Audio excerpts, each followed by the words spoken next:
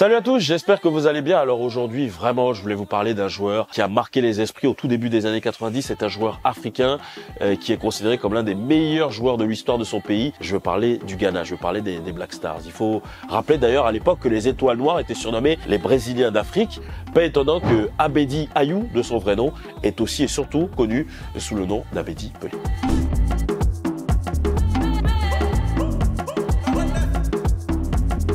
Il est né le 5 novembre 1964 du côté d'Accra, la capitale du Ghana. Et son premier fait d'armes remonte à 1981 quand à 17 ans, il va jusqu'au final de la Coupe du Ghana avec le Real Tamale United. C'est un joueur précoce mais extrêmement talentueux. Pas étonnant que quelques mois plus tard, on est en 1982 et la CAN, la Coupe d'Afrique des Nations, se dispute en Libye. Eh bien, il est appelé pour aller chercher avec l'équipe nationale A du Ghana le dernier titre continental remporté par les Black Stars, la 4e Coupe d'Afrique des Nations de l'histoire du Ghana.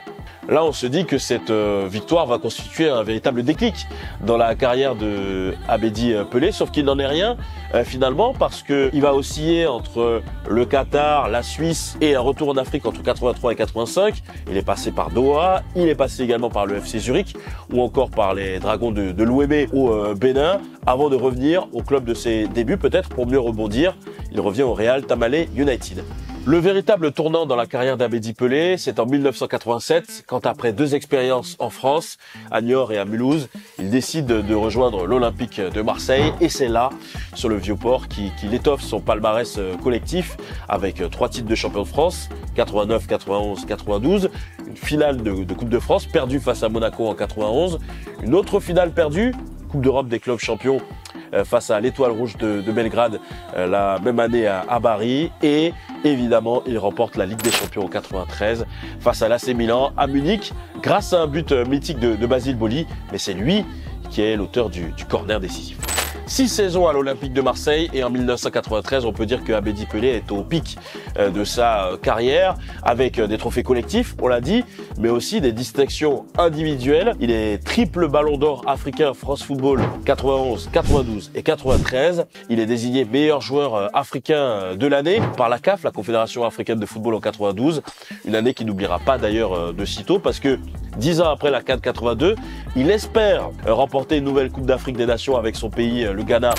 On est au Sénégal, c'était sans compter sur la Côte d'Ivoire parce qu'il s'inclinera en finale au terme d'une séance de tir au but interminable à Dakar. Finale d'ailleurs qu'il n'a pas disputée parce qu'il était suspendu. Les éléphants de Côte d'Ivoire vont s'imposer sur le score de 11 tirs au but à 10, une séance de tir au but mythique. 20 ans de carrière footballistique où l'on retiendra qu'il a été un joueur impactant en Europe, notamment à l'Olympique de Marseille avec les parcours en Coupe d'Europe fabuleux de 91 et 93, et que dans la famille Ayou, le football s'est sacré forcément avec Kwame Ayou, le frère d'Abedi Pelé, qui a remporté notamment la médaille de bronze avec le Ghana aux Jeux Olympiques de 92, et les enfants d'Abedi Pelé, Jordan, André, mais aussi Raïm, qui a été un ancien international ghanéen.